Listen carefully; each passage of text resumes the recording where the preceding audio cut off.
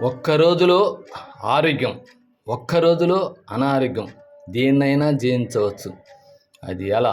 అది షుగర్ అయినా సరే, బీపీ అయినా సరే, ఇంకోటి ప్యాంక్రియాస్ని శుభ్రం చేసుకుంటే ఇన్సులిన్ ఉత్పత్తి అవుతుంది.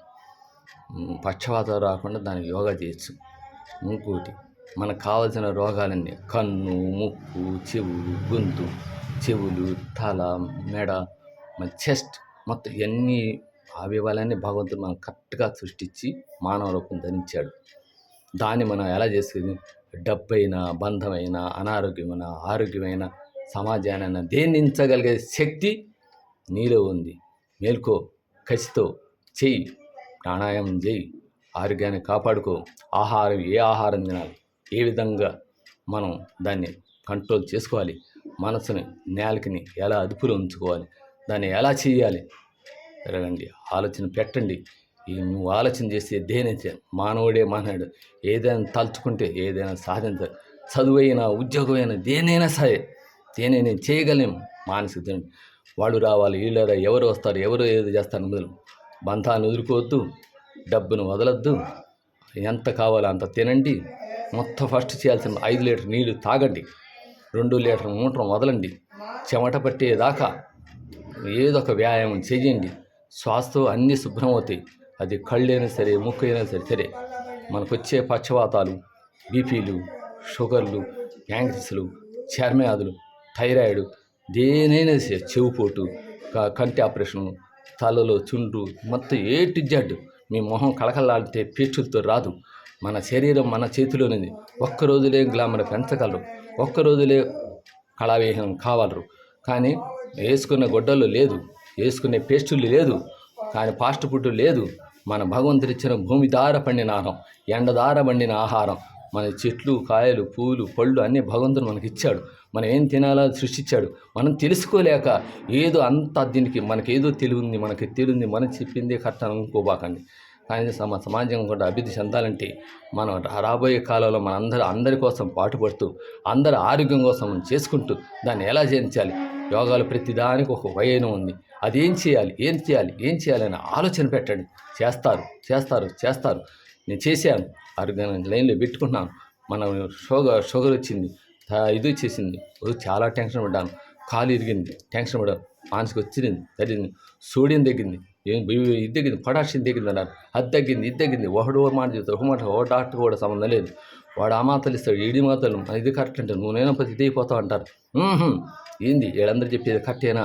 ఈ బంధాలు పెత్తు, డాక్టర్లు పెత్తు, వీళ్ళు రకరకాల వాళ్ళకి తెలిసినవి టీవీలు, ఎమోషన్, మనలోనే ఎమోషన్.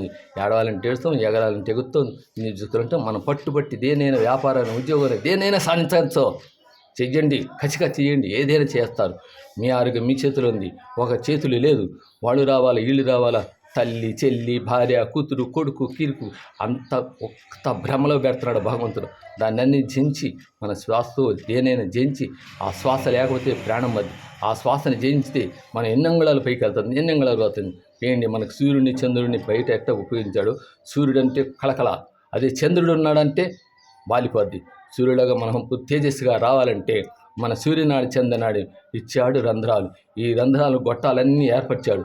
దానిలో బలహీనం చేసుకుంటారో మన శరీరం ఎముకలు, నరాలు అన్నీ ఉక్కు ముక్కలాగా చేసుకొని దాన్ని ఒక దీనిగా తయారు చేసి మన 50 ఏళ్ళ జీవితం నరకం చేసుకోకుండా 100 ఏళ్ళు మన ఆరోగ్యాన్ని కాపాడుకుంటూ కసితో ఏదైనా సాధించవచ్చు. దేనైనా బంధం కావాల్సింది, డబ్బు కావాల్సింది, ఆదాయం కాదు, ఏది అతిమించే తిండి అయినా సరే, ఆదాయం సరే, బంధం అయినా ప్రతిదీ అది పెంచుకోకుండా యోగాలు చేయండి, ధ్యానం చేయండి. ఆ ధ్యానం అంటే ఏంది? శ్వాస మీద చేస్తారు. శ్వాస అంటే ఏంది? ఏదో ముక్కు మీద ఇలా పెట్టడం కాదు. మొత్తం శరీర అవయవం కదిలించండి, మొత్తం శరీరం చెమట కారి పెడిచండి. దాని దగ్గర నీరు తాగండి, దాని దగ్గర పోషకాలు అందించండి. ఆ పోషకాలను మన వీళ్ళల్లో మాత్రలో లేదు. మనం తీసుకునే అది రక్తహీనత అయినా సరే, షుగర్ అయినా సరే, మళ్ళీ పక్షవాతం అయినా సరే, రోగమైనా సరే, దేనైనా సాధించగలరు. అన్నీ చేసి కావాలంటే పరీక్ష చేసుకోండి.